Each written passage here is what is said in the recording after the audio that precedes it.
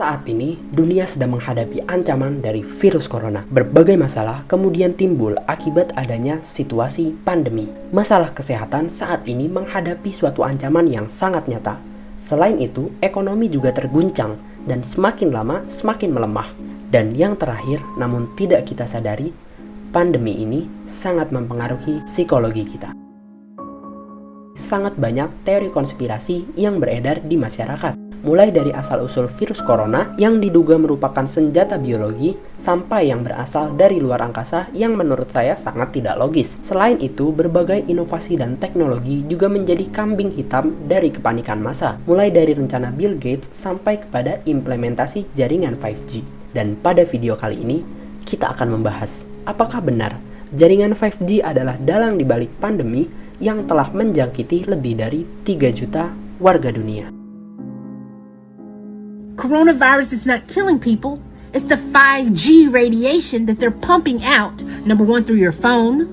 Number two, through these cell towers that they're installing right now as you're at home in your cozy house. It's going to give you flu-like symptoms so bad that you're going to think you have coronavirus, but it's actually not coronavirus. It's the chemical radiation coming from the 5G towers that they are installing.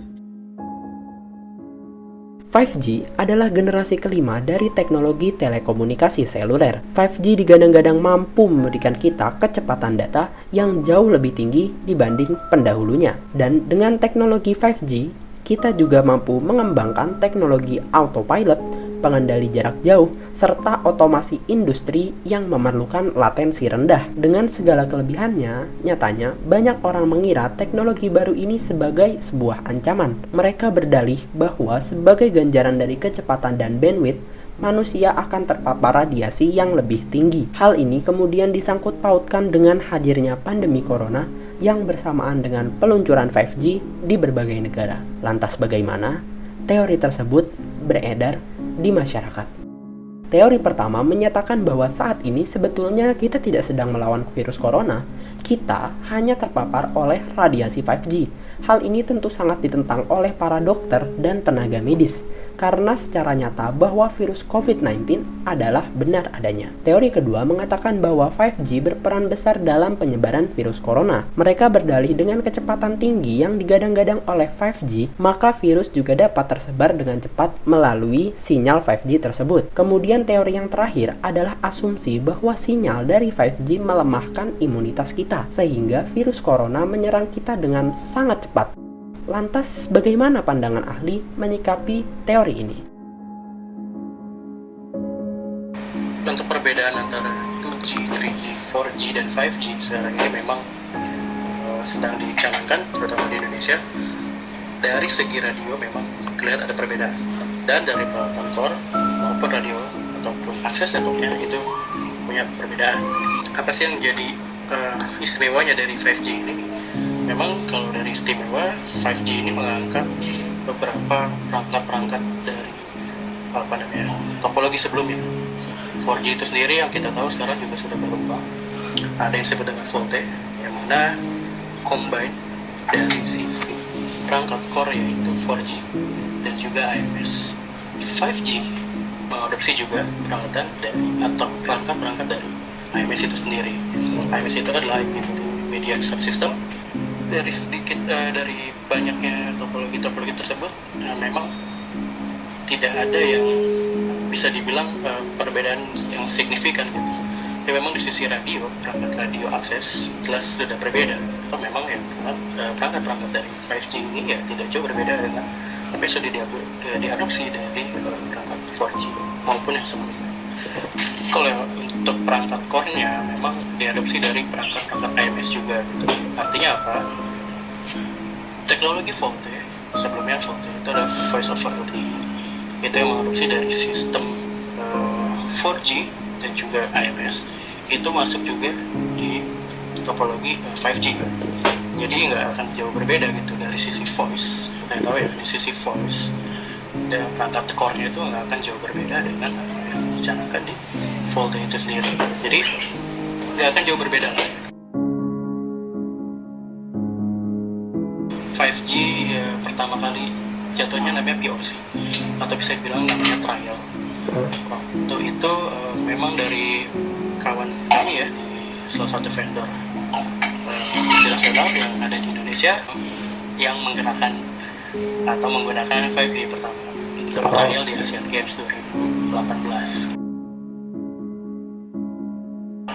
Secara dampak kalau untuk peralatan telekomunikasi, ya engineer atau sebuah perusahaan yang membuat peralatan tersebut sudah memperhitungkan ada standarnya, ada yang tadi saya bilang, ada standarnya, ada peraturannya, ada regulasinya, berapa power yang digunakan, berapa frekuensi yang harus ditransmit, atau mungkin berapa bit yang akan dibutuhkan, every frekuensi yang akan dipropagasikan di dalam apa, di dalam EMR tersebut, electromagnetic radio tersebut. Nah, secara dampak ke manusia, secara direct, ya memang tidak bagus. Ini bisa menyebabkan radiasi di dalam tubuh kita.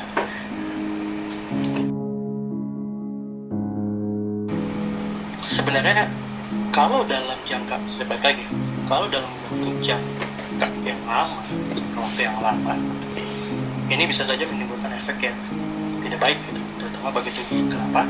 Karena efek dari peralatan telekomunikasi tadi, jika kita sering menyimpannya di dalam, mungkin dalam bentuk saku kita ataupun di dalam kantong baju kita dalam waktu yang lama, ini mungkin bisa menyebabkan hal-hal yang tidak diinginkan bagi tubuh. Kenapa? Tetap gelombang elektromagnetik atau gelombang radio ini juga mempunyai spektrum frekuensi di sana. Gelombang radio ini termasuk di mana? Impact yang dihasilkan oleh tubuh jika kita terus terpapar yang namanya gelombang radio itu, tetap dia punya spreading, dia punya area area radionya lah, area gelombang radionya di sana.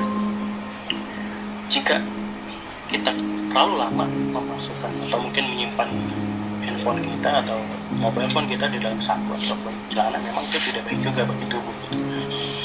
Karena ada beberapa case juga yang menyebabkan banyaknya power yang dihasilkan. Mungkin dari sisi receivernya tidak bagus, kita nggak tahu ya, dari transmit suatu BTS masuk ke receiver di mobile phone kita, terjadi kerusakan di receiver, itu bisa saja menyebabkan ada beberapa case yang menyebabkan handphone tersebut rusak. Atau paparan dari radiasi gelombang radio tadi, ya kan, itu bisa menyebabkan hal-hal yang tidak baik juga bagi tubuh.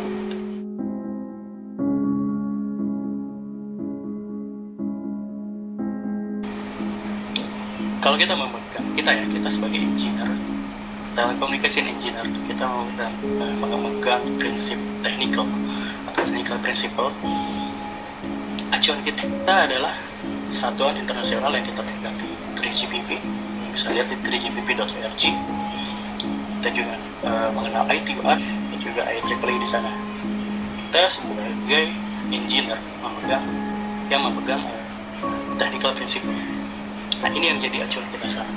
Ada yang berpendapat konspirasi bahwa 5G ini juga membawa material lain, yaitu COVID-19. Gini, BTS itu adalah gelombang radio. Ini tetap, itu adalah EMR, electromagnetic radio. Yang dia spread adalah dalam bentuk gelombang.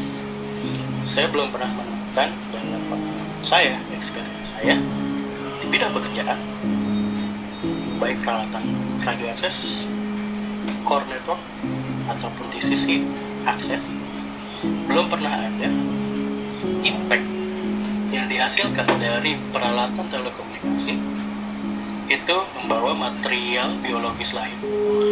Hal ini mikrobiologi yang kita sekarang yakini adalah sebagai COVID-19 untuk yang teori 5G, konspirasi 5G ini gitu.